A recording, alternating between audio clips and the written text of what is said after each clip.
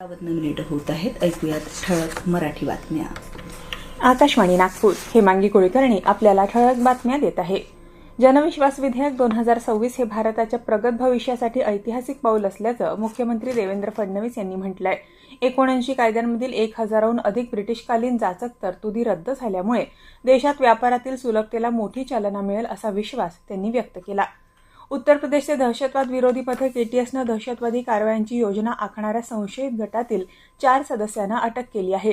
हा गट पाकिस्तान स्थित सूत्रधारांशी संबंधित असल्याचा संशय आहे. या गटाचा मेरठ इथल्या मुख्य संशयित आरोपी साकीब उर्फ डेव्हिल शी असून तो सोशल मीडियाच्या माध्यमातून सूत्रधारांच्या संपर्कात होता. या गटाकडून रेल्वे पायाभूत सुविधांसह महत्त्वाच्या ठिकाणांवर हल्ल्याची योजना आखली जात होती अशी माहिती समोर आली आहे.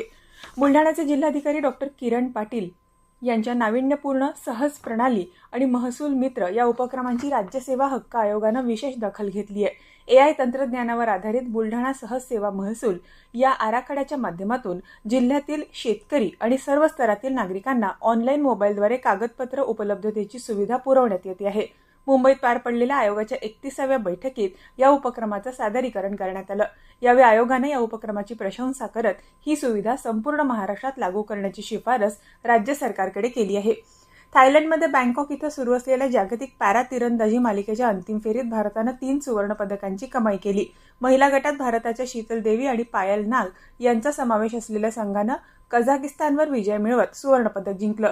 पुरुष गटात भारताच्या तोमान कुमार आणि श्याम सुंदर स्वामी यांच्या संघानं चीनी तैपेईच्या संघावर विजय मिळवत दुसरं सुवर्ण पदक जिंकलं. राज्यात येत्या 2 दिवसात विदर्भात तुरळक ठिकाणी पाऊस पडेल. तुरळक ठिकाणी मेघगर्जनेसह सोसाट्याचे वारे वाहतील तसंच विजांचा कडकडाट होईल अशी शक्यता हवामान विभागानं वर्तवली आहे. याबरोबरच हे ठळक बातमीपत्र संपलं. यापुढील प्रादेशिक बातमीपत्र संध्याकाळी 6 वाजता ऐकता येईल. नमस्कार.